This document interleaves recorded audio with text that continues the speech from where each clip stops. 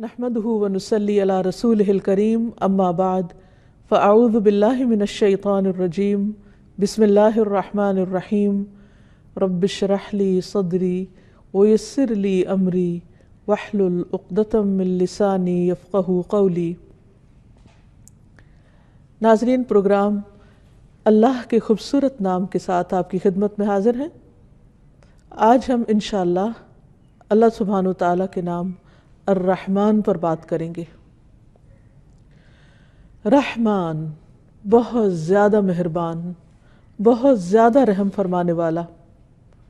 قرآن مجید میں اللہ تعالیٰ فرماتے ہیں قُلِ ادْعُوا اللَّهَ أَوِ ادْعُوا الرَّحْمَنَ أَيَّمَّا تَدْعُوا فَلَهُ الْأَسْمَاءُ الْحُسْنَى، کہہ دو اللہ کو پکارو یا رحمان کو پکارو، تم جس کو بھی پکارو گے سو یہ بہترین نام اسی کے ہیں، یعنی چاہو تو اللہ کہہ کے پکارو یا رحمان کہہ کے پکارو، کیونکہ رحمان بھی اس کا نام ہے۔ قرآن مجید کی ہر سورت سے پہلے سوائے سورت التوبہ کے بسم اللہ الرحمن الرحیم آتا ہے کہ اللہ کے نام کے ساتھ شروع کرتے ہیں جو بہت مہربان، بار بار رحم فرمانے والا ہے۔ تو اس سے یہ پتہ چلتا ہے کہ اللہ سبحانہ وتعالیٰ کی اس صفت کی بہت زیادہ تکرار ہے قرآن مجید میں۔ سورۃ فاتح کے شروع میں بھی الحمدللہ رب العالمین الرحمن الرحیم، سب تعریف اللہ کے لیے ہے جو رب ہے تمام جہانوں کا۔ کون ہے وہ رب؟ جو بہت ہی مہربان ہے، جس نے ہم پر ساری نعمتیں اس زمین کے اندر سے بھی نکالی اور آسمان سے بھی برسائیں اور ہر طرح سے ہمیں مالا مال کیا۔ یہ سب اس کی رحمت کی وجہ سے ہے، ورنہ ہم نے اپنے رب کے لیے کیا کیا ہے؟ اسے تو ہماری ضرورت بھی نہیں۔ ارشاد باری تعالیٰ ہے کتب علی نفسہ الرحمہ، اس نے اپنے اوپر رحمت کو لازم کر رکھا ہے، لکھ رکھا ہے، یعنی رحمت اس کی ہر چیز پر چھائی ہوئی ہے، ہر چیز پر غالب ہے۔ وہ بندوں کے ساتھ معاملہ بندوں کے اعمال کے مطابق نہیں کرتا، وہ اپنی رحمت کے ساتھ کرتا ہے۔ ہم بندے دن رات گناہ کرتے ہیں، دن رات اپنی جانوں پر ظلم کرتے ہیں، لیکن وہ ہم پر رحم کرتے ہوئے ہماری تمام ضروریات پوری کرتا ہے۔ الرحمن، جو بہت ہی مہربان ہے، اس کی یہ رحمت صرف انسانوں پر ہی نہیں، تمام مخلوقات پر ہے، تمام حیوانات پر ہے۔ اور پھر یہ رحمت ہی ہے جو انسان کے لیے امید اور آرزو کے دروازے کھولتی ہے اور انسان کے اندر چھپی ہوئی فطرت کو ابھارتی ہے، اسے نیک عمل پر ابھارتی ہے، اس کے اندر سے خوف اور مایوسی کو دور دھکیلتی ہے اور انسان کے دل میں امن و امان کا احساس دلاتی ہے، کیونکہ اسے معلوم ہے کہ اس کا رب بہت ہی مہربان ہے، بہت ہی رحم فرمانے والا ہے، جو ہر حال میں اپنے بندے کا خیال رکھنے والا ہے، خواہ بندہ نیک کام کر رہا ہو یا گناہ کے کام کر رہا ہو۔ اور پھر یہ بھی یاد رہے کہ رحمان کا یہ نام صرف رحمان کے لیے خاص ہے، اس لیے کوئی شخص اپنا نام صرف رحمان نہیں رکھ سکتا۔ ہاں، اللہ سبحانہ وتعالیٰ کو جو نام پسند ہے وہ عبد الرحمن ہے، یعنی رحمان سے پہلے عبد کا لفظ لگایا جائے کہ بندہ خود رحمان نہیں، کیونکہ کسی بھی انسان کے اندر رحمان جیسی صفت نہیں ہو سکتی، ہاں وہ رحمان کا بندہ ضرور ہو سکتا ہے۔ قرآن مجید میں متعدد جگہوں پر اللہ سبحانہ وتعالیٰ کے اس نام کا ذکر آیا ہے، تقریباً 45 جگہوں پر بسم اللہ الرحمن الرحیم کے علاوہ، اور قرآن مجید کی ایک سورت بھی اس نام سے ہے، سورۃ الرحمن، جو بہت ہی خوبصورت اور بہت ہی پیاری سورت ہے، جس میں اللہ سبحانہ وتعالیٰ کی بہت ساری نعمتوں کا ذکر ہوا ہے جو اس نے اپنے بندوں کے لیے دنیا اور آخرت میں تیار کی ہیں۔ بہت ہی بہترین چیزیں، ان میں سے ایک ایک چیز کا نام لیا، لیکن حیرت ہوتی ہے کہ سب سے پہلے اس نے اپنی جس نعمت کا ذکر کیا ہے وہ قرآن کی تعلیم ہے۔ ارشاد باری تعالیٰ ہے، سورت کا آغاز ہوتا ہے الرحمن علم القرآن۔ کون ہے رحمان؟ کون ہے رحم فرمانے والا؟ کون ہے مہربان جو قرآن کی تعلیم دیتا ہے؟ گویا انسان کی جتنی بھی ضروریات ہیں وہ رحمان نے پوری کی، لیکن ان میں سے سب سے بڑی ضرورت یعنی ضرورت ہدایت کہ انسان اس زندگی میں کس طرح اپنے عقل اور شعور اور ہوش و حواس کو صحیح طور پر استعمال کرے، کسی بھی کام میں کون سا راستہ اختیار کرے، اس نے اس کے لیے انسان کو تنہا نہیں چھوڑ دیا۔ الذی اعطی کل شیء خلقہ ثم ہدی، جس نے ہر چیز کو ایک صورت بخشی پھر ان کو راہ دکھائی۔ جس طرح اس نے پودوں کو سکھایا کہ انہوں نے کیا پیدا کرنا ہے، کیسے ظاہر ہونا ہے، جس نے ایک چھوٹے سے چھوٹے جانور کو اپنا کام سکھایا، اسی نے انسان کو زندگی گزارنے کا مکمل ضابطہ حیات دیا، بہترین طریقہ سکھایا، انسان کی ہدایت کا بندوبست کیا اور قرآن کی تعلیم دی۔ پھر اس کے بعد خلق الانسان، انسان کی تخلیق کی بات ہوئی کہ یہ بھی اس کی رحمت ہے۔ علمہ البیان، اس کو بولنا سکھایا، اسے اظہار خیال کرنا سکھایا، یہ بھی رحمان کی رحمت ہے۔ تو بہرحال اللہ سبحانہ وتعالیٰ کی اتنی نعمتیں ہیں، اتنی رحمتیں ہیں کہ جن کو انسان شمار نہیں کر سکتا، ان کو گن نہیں سکتا۔ اسی لیے سورۃ الرحمن میں بار بار اس آیت کی تکرار ہوتی ہے، فَبِأَيِّ آلَاءِ رَبِّكُمَا تُكَذِّبَانِ، تم اپنے رب کی کون کون سی نعمتوں کا انکار کرو گے، کن کن نعمتوں کو جھٹلاؤ گے۔ تو ہم کسی بھی نعمت کا انکار نہیں کر سکتے، کیونکہ اگر رب عطا نہ کرے تو کوئی انسان یا کوئی دوسری مخلوق انسان کو یا دوسری مخلوقات کو وہ سب کچھ دے نہیں سکتی۔ اسی طرح قرآن مجید میں ایک اور جگہ پر آتا ہے، هو اللہ الذی لا الہ الا هو عالم الغیب والشہادہ هو الرحمن الرحیم، کہ وہ اللہ کون ہے، اس کا تعارف کیا ہے، وہی جس کے سوا کوئی الہ نہیں، جو غیب اور حاضر کا جاننے والا، جو بہت ہی مہربان، بہت ہی لطف و کرم کرنے والا اور بار بار رحم کرنے والا رب ہے۔ ایک اور جگہ پر فرمایا کہ یہ قرآن تنزیل من الرحمن الرحیم، یہ رحمان الرحیم کی طرف سے نازل کردہ ہے۔ یہاں پر ایک اور حیرت کی بات یہ ہے کہ رحمان کے ساتھ مزید تاکید کے لیے صفت الرحیم کا بھی بار بار ذکر آتا ہے، یعنی اس کی رحمت خاص بھی ہے اور اس کی رحمت عام بھی ہے، اس کی رحمت انسانوں پر بھی ہے اور اس کی رحمت حیوانوں پر بھی ہے، اس کی رحمت ماننے والوں پر بھی ہے اور اس کی رحمت ان پر بھی ہے جو اس کے وجود کا ہی انکار کرتے ہیں یا اس کے ساتھ دوسروں کو شریک ٹھہراتے ہیں۔ ایسی رحمت اور کس کے اندر ہوگی؟ پھر اسی طرح نبی صلی اللہ علیہ وسلم نے بھی متعدد احادیث میں اللہ سبحانہ وتعالیٰ کی اس صفت کا ذکر کیا ہے، اس نام کا ذکر کیا ہے اور اس کی نسبت سے کچھ تعلیمات دی ہیں۔ مثلاً ایک حدیث میں نبی صلی اللہ علیہ وسلم نے فرمایا، گھوڑے 3 قسم کے ہوتے ہیں، بعض گھوڑے تو رحمان کے ہوتے ہیں اور بعض انسان کے اور بعض شیطان کے، اور رحمان کا گھوڑا تو وہ ہوتا ہے جسے اللہ کے راستے میں باندھا جائے۔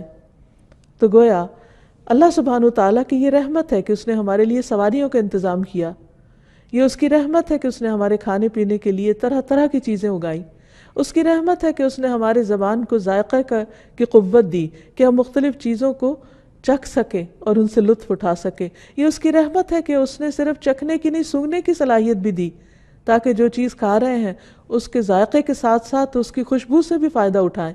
پھر اس نے ہمیں دیکھنے کی صلاحیت بخشی، یہ بھی اس کی رحمت ہے کہ جب ہم دیکھتے ہیں تو دیکھ کر بھی اس سے لطف اٹھاتے ہیں۔ پھر اسی طرح اس نے چھونے کی صلاحیت دی، اس کی مختلف طرح کی نعمتوں کو جب ہم کھا رہے ہوتے ہیں، استعمال کر رہے ہوتے ہیں تو ان کو ہاتھوں سے چھو کر بھی ایک لذت حاصل کرتے ہیں۔ یہ سب کچھ اس کی رحمت ہی تو ہے کہ اس نے اپنے بندے کو اتنی بہترین قوتوں اور صلاحیتوں سے نوازا ہے۔ ان ساری نعمتوں کے ہوتے ہوئے انسان اپنے رب کا بڑا ہی ناشکرا ہے، اور رب اس بات کا شکوہ بھی کرتے ہیں۔ وہ رب رحیم قرآن مجید میں ہمیں بتاتے ہیں کہ بعض لوگ ایسے ہیں کہ جو رحمان کی ان نعمتوں کو، اس رحمت کو محسوس ہی نہیں کرتے۔ قرآن مجید میں آتا ہے وَإِذَا رَآكَ الَّذِينَ كَفَرُوا إِن يَتَّخِذُونَكَ إِلَّا هُزُوًا أَهَذَا الَّذِي يَذْكُرُ آلِهَتَكُمْ وَهُمْ بِذِكْرِ الرَّحْمَنِ هُمْ كَافِرُونَ۔ اور جب یہ منکر آپ کو دیکھتے ہیں تو بس مذاق ہی اڑانے لگتے ہیں، کہتے ہیں کیا یہی ہے وہ شخص جو تمہارے معبودوں کا ذکر کرتا ہے جبکہ وہ خود رحمان کے ذکر سے منکر ہیں، یعنی رحمان کی دی ہوئی ساری رحمت سے، نعمتوں سے فائدہ اٹھاتے ہیں لیکن اس کو یاد نہیں کرتے، اس کی رحمت کو محسوس نہیں کرتے، اس کا شکر ادا نہیں کرتے۔ اور جب ان سے کہا جاتا ہے کہ رحمان کو سجدہ کرو تو کہتے ہیں وہ رحمان کیا ہوتا ہے؟ وَإِذَا قِيلَ لَهُمُ اسْجُدُوا لِلرَّحْمَنِ قَالُوا وَمَا الرَّحْمَنُ أَنَسْجُدُ لِمَا تَأْمُرُنَا وَزَادَهُمْ نُفُورًا۔ اور جب انہیں کہا جاتا ہے کہ رحمان کو سجدہ کرو تو کہتے ہیں کہ رحمان کیا ہوتا ہے؟ کیا ہم اس کو سجدہ کریں جس کا تو ہمیں حکم دیتا ہے؟ اور یہ دعوت ان کی نفرت میں مزید اضافہ کرتی ہے۔ لیکن اس کے باوجود کہ وہ رحمان کو سجدہ نہیں کرتے، وہ اس کی نعمتوں کا اعتراف نہیں کرتے، وہ اس کی مہربانیوں کو محسوس نہیں کرتے، رحمان اپنی رحمت کرنا بند نہیں کرتا، پھر بھی وہ دن رات ان پر اپنی رحمت کرتا چلا جاتا ہے۔ پھر اسی طرح ہم دیکھتے ہیں کہ مشرکین مکہ بھی اللہ سبحانہ تعالیٰ کی اس صفت کے ساتھ اس کے اس نام کو نہیں جانتے تھے، نہیں پہچانتے تھے۔ صلح حدیبیہ کا واقعہ تاریخ کا مشہور واقعہ ہے، جس میں سہیل بن عمرو آیا تو کہنے لگا کہ ہمارے اور اپنے درمیان صلح کی ایک تحریر لکھ لیں۔ چنانچہ نبی صلی اللہ علیہ وسلم نے کاتب کو بلوایا اور فرمایا کہ لکھو بسم اللہ الرحمن الرحیم، اللہ کے نام کے ساتھ جو مہربان ہے، رحمان ہے، بہت بار بار رحم فرمانے والا ہے۔ تو سہیل کہنے لگا اللہ کی قسم میں رحمان کو نہیں جانتا۔ یہ کس قدر حیرت کی بات ہے کہ جس کی رحمت سے ہم سانس لیتے ہیں، جس کی رحمت سے ہم چلتے پھرتے ہیں، جس کی رحمت سے یہ ساری کائنات ہمارے لیے مسخر کی گئی، جس کی رحمت کی وجہ سے ہمیں ہر چیز کی تعلیم دی گئی، ہمیں عقل اور سوچنے سمجھنے کی قوت دی گئی، اسی کو انسان نہ پہچانے، اسی کی ناشکری کرے۔ تو کہنے لگا کہ میں رحمان کو نہیں جانتا، وہ کیا چیز ہے؟ ہاں تم یوں لکھو بسمک اللہم، جیسے تم پہلے لکھا کرتے تھے۔ انسان کے لیے کس قدر بدقسمتی کی بات ہے کہ وہ اپنے رب کی رحمت کو محسوس نہ کرے، کیونکہ یہی رحمت انسان کے اندر ایک رقت پیدا کرتی ہے، اپنے رب کا ایک قرب نصیب کرتی ہے۔ اس رحمت کا احساس بندے کے اندر بندوں کے لیے بھی مہربانی کا جذبہ پیدا کرتا ہے۔ اور رحمان صرف الرحمن نہیں بلکہ ارحم الراحمین ہے، سب رحم کرنے والوں سے بڑھ کر رحم فرمانے والا ہے۔ ابو ہریرہ کہتے ہیں کہ نبی صلی اللہ علیہ وسلم کے پاس ایک آدمی آیا اور وہ اپنے بچے کو لے کر اسے سینے سے لگانے لگا، اسے پیار کرنے لگا۔ تو آپ نے اس سے پوچھا کہ کیا تمہیں اس پر رحم آتا ہے، یعنی تمہارے دل میں اس کے لیے محبت ہے؟ تو اس نے کہا جی ہاں۔ تو آپ نے فرمایا اللہ کو تم پر اس سے بھی زیادہ رحم آتا ہے، یعنی جس طرح ایک والد یا ایک ماں اپنے بچے سے پیار کرتی ہے اور اس پر رحم کرتی ہے، اس پر شفقت کرتی ہے، اس کا خیال کرتی ہے، اس کی نگہبانی کرتی ہے، فرمایا اللہ سبحانہ و تعالیٰ کو اس سے بھی زیادہ تم پر رحم آتا ہے جس طرح تمہیں اپنے اس بچے پر رحم آتا ہے، اور وہ ارحم الراحمین ہے، سب سے بڑھ کر رحم فرمانے والا ہے، اور اس کی رحمت اس کے غضب پر غالب ہے۔ حضرت ابو ہریرہ کہتے ہیں کہ رسول اللہ صلی اللہ علیہ وسلم نے فرمایا جب اللہ تعالیٰ مخلوق کو پیدا کر چکا تو اپنی کتاب یعنی لوح محفوظ میں جو اس کے پاس عرش پر موجود ہے اس نے یہ لکھ دیا کہ میری رحمت میرے غضب پر حاوی ہے، یعنی اللہ سبحانہ تعالیٰ کی رحمت اس کے غصے اور اس کے غضب سے کہیں زیادہ ہے۔ ایک اور حدیث سے ہمیں پتہ چلتا ہے کہ اس کی رحمت کے 100 حصے ہیں جن میں سے اس نے صرف ایک حصہ زمین پر اتارا ہے۔ نبی صلی اللہ علیہ وسلم نے فرمایا اللہ کے لیے 100 رحمتیں ہیں، ان میں سے ایک جنات، انسانوں، چوپایوں اور کیڑوں مکوڑوں کے لیے نازل کی گئی ہے، یعنی ان کے اندر ڈال دی گئی ہے، اور اس رحمت کی وجہ سے وہ آپس میں ایک دوسرے پر مہربانی اور شفقت کرتے ہیں۔ اسی وجہ سے وحشی جانور اپنے بچے پہ شفقت کرتا ہے، یعنی دوسرے جانوروں کو وہ ہنٹ کر لیتا ہے، ان کا شکار کرتا ہے، لیکن اپنے بچے کو وہ پلنے دیتا ہے۔ اور اللہ سبحانہ تعالیٰ نے 99 رحمتیں بچا کر رکھی ہیں جن سے وہ قیامت کے دن اپنے بندوں پر رحمت کرے گا، کیونکہ قیامت کے دن کوئی بھی ایسا نہ ہوگا کہ جس کے اعمال ایسے ہوں کہ وہ صرف اپنے اعمال کی وجہ سے جنت میں جا سکے۔ اسی لیے اللہ سبحانہ تعالیٰ نے جنت کو بھی اپنی رحمت کہا ہے کہ انتی رحمتی، تو میری رحمت ہے، ارحم بکی من اشاء، تیرے ذریعے میں جس پہ چاہوں گا رحم فرماؤں گا۔ یعنی کسی بھی انسان کا جنت میں جانا صرف اور صرف اللہ کی رحمت کی بنا پر ہے۔ پھر سوال یہ پیدا ہوتا ہے کہ اگر اللہ کی رحمت سے ہی جنت میں جانا ہے تو پھر اچھے عمل کی کیا ضرورت ہے؟ ہاں، اچھے اعمال، نیک اعمال، اللہ سبحانہ تعالیٰ کو راضی کرنے والے اعمال اللہ کی رحمت کو جوش میں لاتے ہیں، وہ اس کی رحمت کو لانے کا سبب بنتے ہیں۔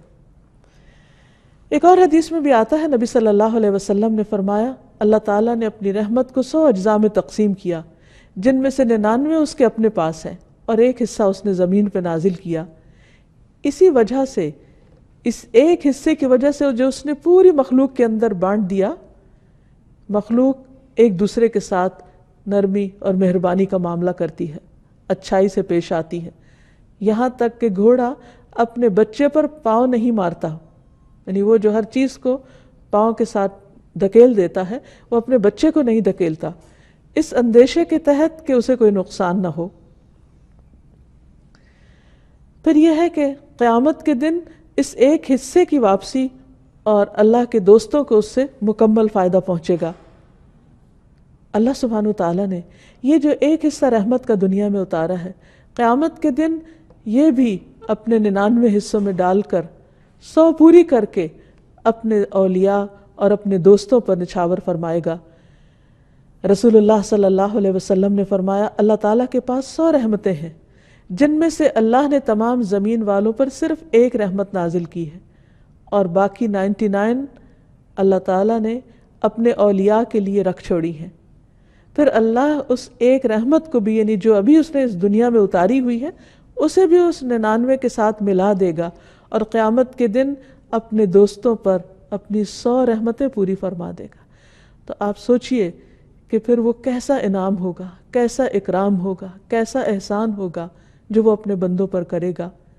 اللہ سبحانہ وتعالیٰ کی رحمت محسنین کے بہت قریب ہے، جیسے کہ ارشاد فرمایا، ان رحمت اللہ قریب من المحسنین، اللہ کی رحمت نیکی کرنے والوں، احسان کرنے والوں کے بہت قریب ہے۔ یعنی ویسے تو اللہ سبحانہ وتعالیٰ کی رحمت ہر ایک کے لیے ہے، لیکن قیامت کے دن وہ خاص اس کے دوستوں کے لیے ہوگی۔ وہ دوست کون ہیں؟ جو اللہ سبحانہ وتعالیٰ کو اس دنیا میں راضی کرتے ہیں، اس کے احکامات پر چلتے ہیں، اس کی عبادت کرتے ہیں، اس کی اطاعت کرتے ہیں، اس کی خوشی کو اپنی خوشی پر مقدم رکھتے ہیں، اس کی رضا کو اپنی رضا کے آگے رکھتے ہیں۔ ایسے لوگوں پر اللہ سبحانہ وتعالیٰ اپنی رحمتیں تمام کر دے گا۔ پھر اسی طرح یہ ہے کہ قیامت کے دن اللہ کے نافرمانوں پر بھی کچھ رحمت ہوگی۔ حدیث میں آتا ہے کہ وہ جہنمی جو اس میں ہمیشہ رہیں گے، یعنی جہنم میں، ان پر تو نہ موت آئے گی اور نہ ہی انہیں کوئی زندگی نصیب ہوگی۔ البتہ جن پر اللہ تعالیٰ اپنی رحمت کا ارادہ فرمائے گا، انہیں جہنم میں موت دے دے گا۔ پھر سفارش کرنے والے ان کی سفارش کریں گے، اور ہر آدمی اپنے دوستوں کو نکال کر لے جائے گا۔ وہ لوگ ایک خصوصی نہر میں، جس کا نام نہر حیات ہے یا نہر جنت، وہاں غسل کریں گے اور ایسے اگائیں گے جیسے سیلاب کے بہاؤ میں دانہ اگاتا ہے۔ تو بہرحال اللہ سبحانہ وتعالیٰ کی یہ رحمت اپنے دوستوں کے لیے تو خاص ہوگی، لیکن اس کی اس رحمت سے کچھ وہ بھی لوگ فائدہ اٹھائیں گے کہ جو اس کے نافرمان ہیں، جن کے پاس کوئی ایک بھی نیکی یا کوئی ایک بھی فرما برداری کا کام نہیں تھا۔ اس دنیا میں اگر انسان اللہ سبحانہ وتعالیٰ کی رحمت کو محسوس کرنا چاہے تو اس کے لیے لازم ہے کہ وہ باہر نکلے اور زمین و آسمان کی تخلیق پر غور کرے اور اللہ سبحانہ وتعالیٰ کی قدرت کے مشاہدات کو دیکھے کہ کس طرح بارش برستی ہے، کیونکہ بارش بھی اس کی رحمت کا ایک حصہ ہے، اور پھر کس طرح رات دن میں اور دن رات میں تبدیل ہو جاتے ہیں، کس طرح زمین پر یہ تبدیلی آ جاتی ہے، کس طرح سورج کی تپش فصلوں کو پکاتی ہے، اور کس طرح چاند کی روشنی راتوں کو ٹھنڈک بخشتی ہے۔ قرآن مجید میں اللہ تعالیٰ فرماتے ہیں، وَمِن رَحْمَتِهِ جَعَلَ لَكُمُ اللَّيْلَ وَالنَّهَارَ لِتَسْكُنُوا فِيهِ وَلِتَبْتَغُوا مِن فَضْلِهِ وَلَعَلَّكُمْ تَشْكُرُونَ، اور اس نے اپنی رحمت ہی سے تمہارے لیے رات اور دن کو بنایا تاکہ تم اس میں آرام کرو۔ یہ بندے کو جو نیند کی صلاحیت بخشی ہے، سونے کی جو توفیق دی ہے، یہ بھی اس کی رحمت ہے۔ اور جب رات آ جاتی ہے، رات کا اندھیرا گہرا چھا جاتا ہے اور ہر چیز سکون پکڑتی ہے، تو اپنے بندوں کو بھی رب سلا دیتا ہے، اور یہ بھی اس کی رحمت کی علامت ہے۔ اور پھر دن کو اس نے روشن بنایا، کس لیے؟ تاکہ تم اس میں اپنے رب کا فضل تلاش کر سکو، اپنے رزق کو تلاش کر سکو، دنیا میں کام کاج کر سکو، کیونکہ جب سورج نکلتا ہے تو انسان کے اندر ایک عجب طرح کی نشاط ہوتی ہے، اس وقت بھی انسان کو اپنے رب کی رحمت کو محسوس کرنا چاہیے۔ گرمی کے بعد جب ٹھنڈی ہوا چلتی ہے تو یہ کون چلاتا ہے؟ یہ بھی رب کی رحمت کی علامت ہوتی ہے۔ اسی طرح جیسے یہاں فرمایا وَهُوَ الَّذِي أَرْسَلَ الرِّيَاحَ بُشْرًا بَيْنَ يَدَيْ رَحْمَتِهِ وَأَنزَلْنَا مِنَ السَّمَاءِ مَاءً طَهُورًا، اور وہی ہے جس نے ہواؤں کو اپنی رحمت سے پہلے خوشخبری کے لیے بھیجا، یعنی بارش کے آنے سے پہلے جب ہوا چلتی ہے تو اس کی رحمت کو محسوس کرنا چاہیے۔ اور ہم نے آسمان سے پاک کرنے والا پانی اتارا، یعنی بارش کا پانی ہر چیز کو دھو ڈالتا ہے، درختوں کو، نباتات کو اور مختلف چیزوں کو، اور اس میں انسانوں اور حیوانوں کے لیے پینے کا بھی حصہ ہے۔ پھر آپ دیکھیے کہ اللہ سبحانہ و تعالیٰ کی رحمت جو ہے یہ اس کی کسی کمزوری کی وجہ سے نہیں ہے، وہ صاحب اقتدار ہے، وہ عرش پر مستوی ہے، وہ سب سے بلند ہے، اس کے باوجود مہربان ہے۔ دنیا میں آپ دیکھیں گے کہ عام طور پر جب کسی انسان کو کوئی اقتدار ملتا ہے یا کوئی طاقت ملتی ہے تو عموماً وہ ظالم ہو جاتا ہے، لیکن اللہ سبحانہ و تعالیٰ سے بڑھ کر طاقت کس کے پاس ہے؟ اللہ سبحانہ و تعالیٰ سے زیادہ بلند مقام کس کے پاس ہے؟ لیکن اس کے باوجود وہ مہربان ہے۔ قرآن مجید میں آتا ہے الرحمن علی العرش استوى، رحمان عرش پر مستوی ہے، یعنی اتنی بلندی پر ہونے کے باوجود وہ مہربان ہے۔ پھر اسی طرح قرآن مجید میں متعدد مقامات پر العزیز الرحیم کا لفظ آتا ہے۔ ایک طرف وہ زبردست ہے، وہ غلبے والا ہے، وہ قوت والا ہے، وہ اپنا حکم نافذ کر سکتا ہے، اور دوسری طرف وہ بہت مہربان ہے۔ عام طور پر بندوں کے اندر زیادہ تر وہ مہربان ہوتے ہیں جو اپنی کسی ویکنس کی وجہ سے دوسروں پر مہربانی کر رہے ہوتے ہیں، یا تو فطرتاً ان کے اندر ایک ایسی کیفیت ہوتی، یا پھر جب وہ دیکھتے ہیں کہ وہ کوئی قوت نہیں رکھتے، کوئی طاقت نہیں رکھتے، تو عام طور پر وہ مسکین ہو جاتے ہیں یا پھر نرم مزاج ہو جاتے ہیں۔ بائی چوائس بہت کم لوگ مہربانی کا رویہ اختیار کرتے ہیں، کیونکہ جو جو نعمتیں زیادہ ہوتی چلی جاتی، یعنی ان پر اللہ کا فضل زیادہ ہوتا ہے، وہ تو بندوں کے ساتھ مہربانی کی خو کو چھوڑ دیتے ہیں، الا ماشاء اللہ، مگر یہ کہ جس کو اللہ توفیق دے۔ لیکن اللہ سبحانہ وتعالیٰ جو سارے خزانوں کا مالک، جو سب کچھ کر سکتا ہے، وہ اپنے نافرمانوں کو ایک آن میں ختم کر سکتا ہے، لیکن اس کے باوجود وہ ان کو رزق دیتا رہتا ہے۔ اور ایک اور جگہ پر فرماتا ہے وَرَبُّكَ الْغَفُورُ ذُو الرَّحْمَةِ، تیرا رب بخشنے والا ہے، رحم فرمانے والا ہے۔ لَوْ يُؤَاخِذُهُمْ بِمَا كَسَبُوا لَعَجَّلَ لَهُمُ الْعَذَابَ، اگر وہ بندوں کے گناہوں کی وجہ سے انہیں پکڑنے لگے تو بہت جلد ان کو عذاب دے دے، لیکن وہ ایسا نہیں کرتا۔ اور آپ دیکھیے کسی اور کی بات چھوڑیے، خود ہم اپنے آپ پر غور کریں تو ہم ایک دن میں کتنی نافرمانیاں کر جاتے ہیں، لیکن اس کے باوجود ہم چلتے پھرتے کھاتے پیتے سب کچھ کرتے ہیں، اور پھر اللہ سبحانہ وتعالیٰ ہمیں پلٹنے کا موقع بھی دیتے ہیں کہ ہم اس سے معافی مانگ لیں تو معاف بھی کر دے گا۔ یعنی ساری نعمتیں لینے کے بعد حق تو یہ تھا کہ ہم اس کا شکر ادا کرتے، اس کی فرما برداری کرتے، اس کو خوش کرتے، لیکن الٹا ہم اس کو ناراض کرتے۔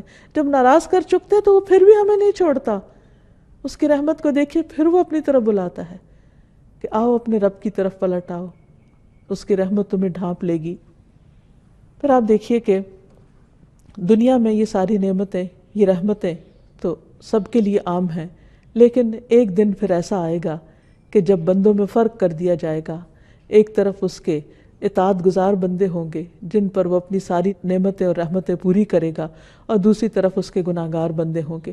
ان گناہگاروں میں سے بھی وہ بہت کو بخش دے گا، ہاں صرف ان کو چھوڑ دے گا جو شرک کرنے والے ہوں گے، کیونکہ اللہ سبحانہ وتعالیٰ نے فرمایا کہ اللہ تعالیٰ سارے گناہوں کو معاف کر دے گا، ہاں شرک تو شرک کا گناہ نہیں معاف کرے گا۔ جیسا کہ باقی تمام ناموں کے ساتھ اللہ سبحانہ وتعالیٰ کو پکارا جاتا ہے، اسی طرح اس کی اس صفت کے ساتھ بھی اس کو پکارنا چاہیے۔ نبی صلی اللہ علیہ وسلم نے کچھ ایسی دعائیں سکھائی ہیں کہ جن میں رحمان کا ذکر آتا ہے۔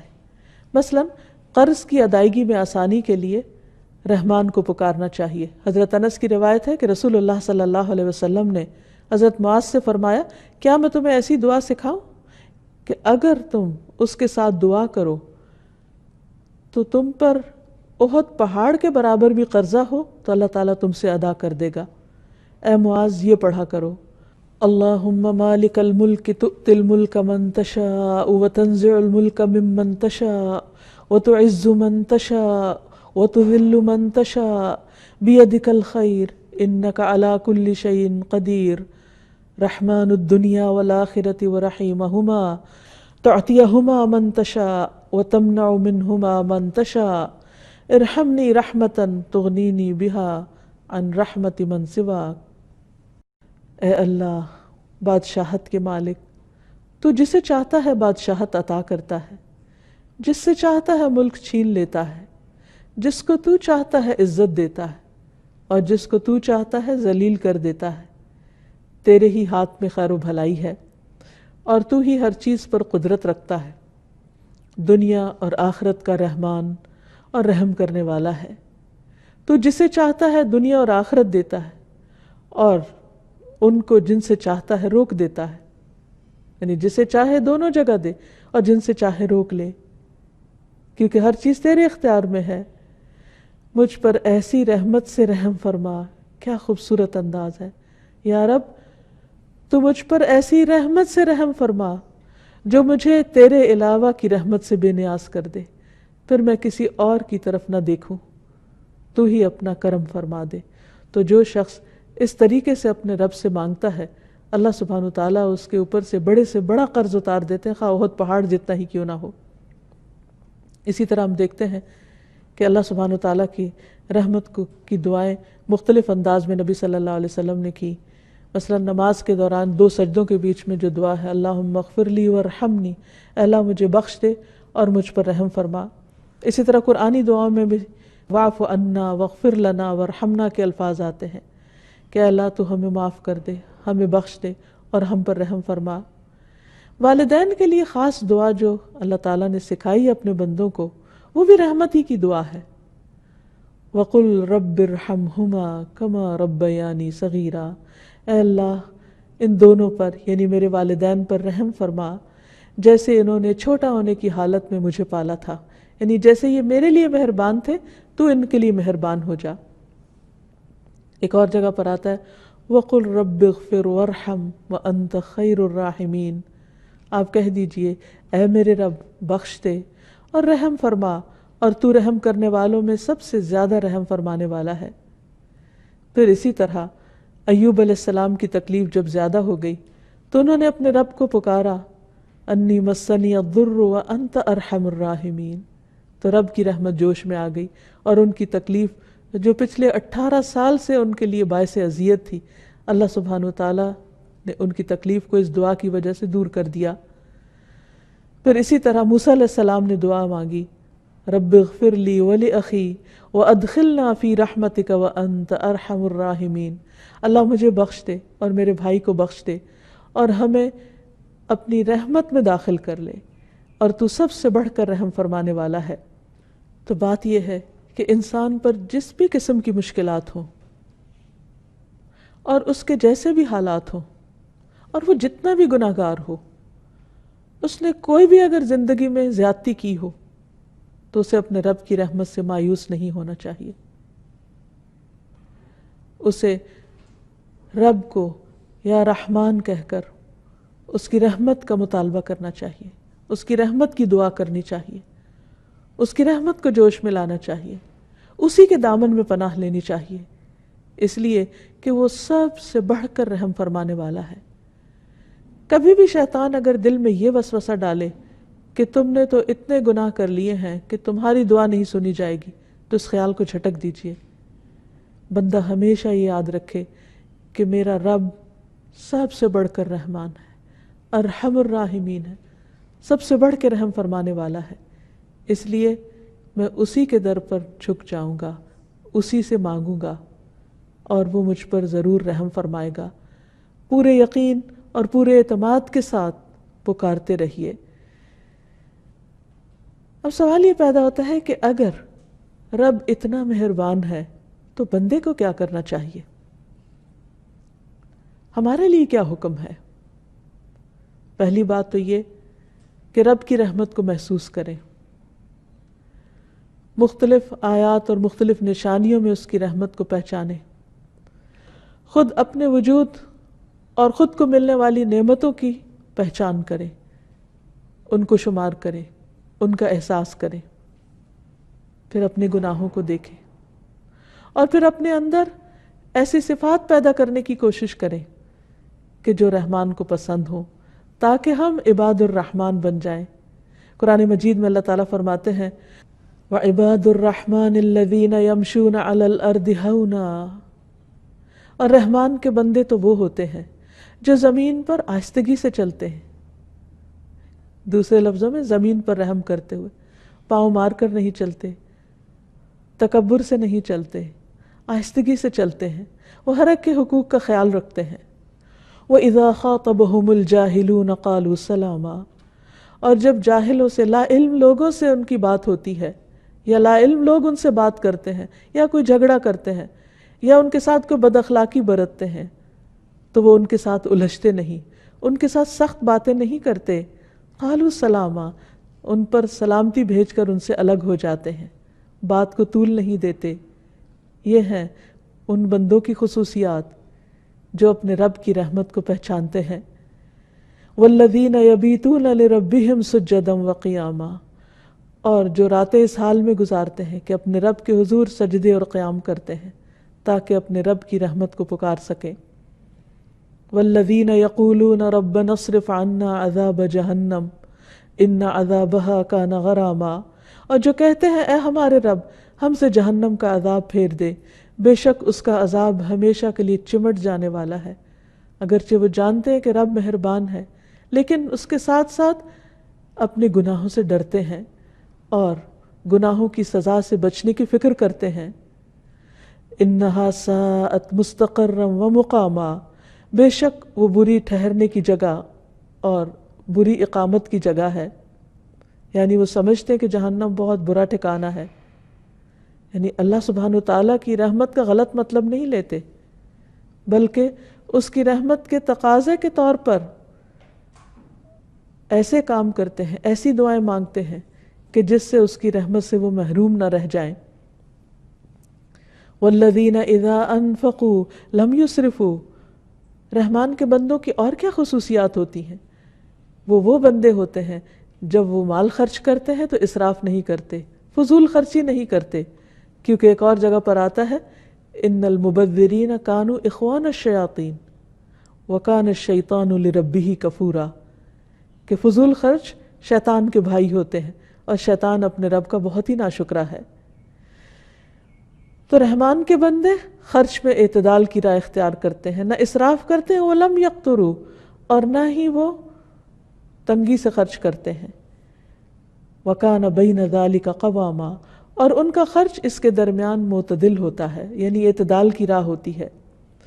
اللہ کی صفت رحمان کو پہچاننے والے تو وہ ہوتے ہیں جن کے دلوں میں رحمت ہوتی ہے، جو دوسرے بندوں پر، دوسری مخلوق پر مہربان ہوتے ہیں، جو دوسروں کو دکھ، درد، تکلیف، پریشانی اور غم کو محسوس کر سکتے ہیں۔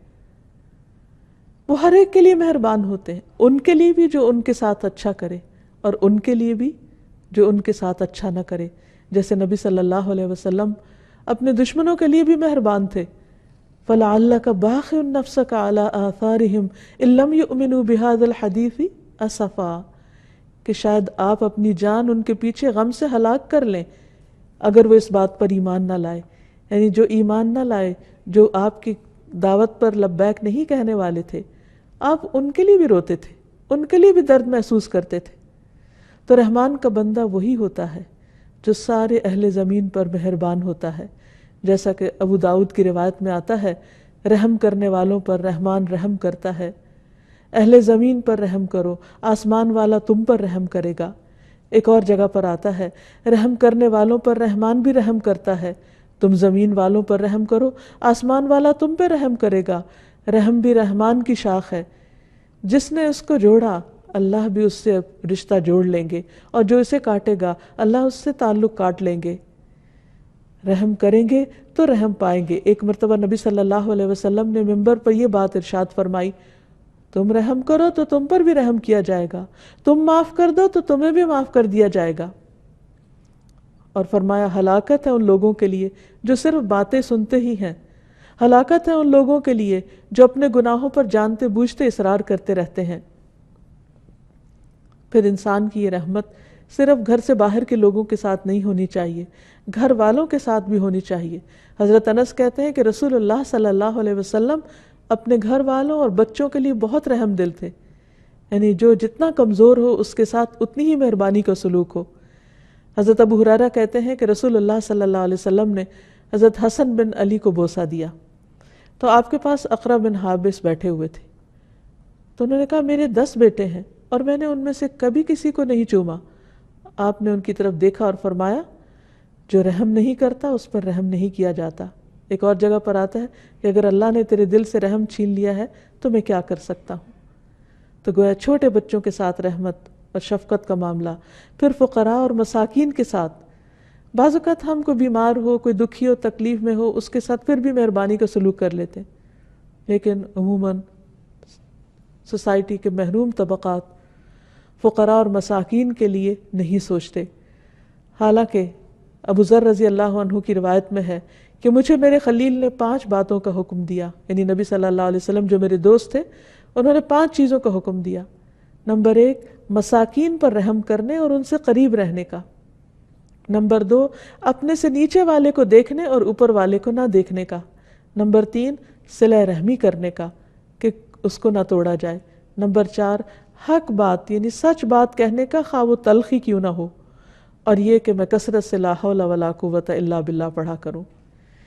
پھر اسی طرح پرندوں اور جانوروں کے ساتھ رحم کرنے کا حکم ہے۔ نبی صلی اللہ علیہ وسلم نے فرمایا جس نے رحم کیا اگرچہ چڑیا کو ذبح کرنے کا معاملہ ہی کیوں نہ ہو، یعنی ایک جانور کو ہی ذبح کرنا کیوں نہ ہو، تو اللہ تعالیٰ قیامت کے دن اس پر رحم فرمائے گا۔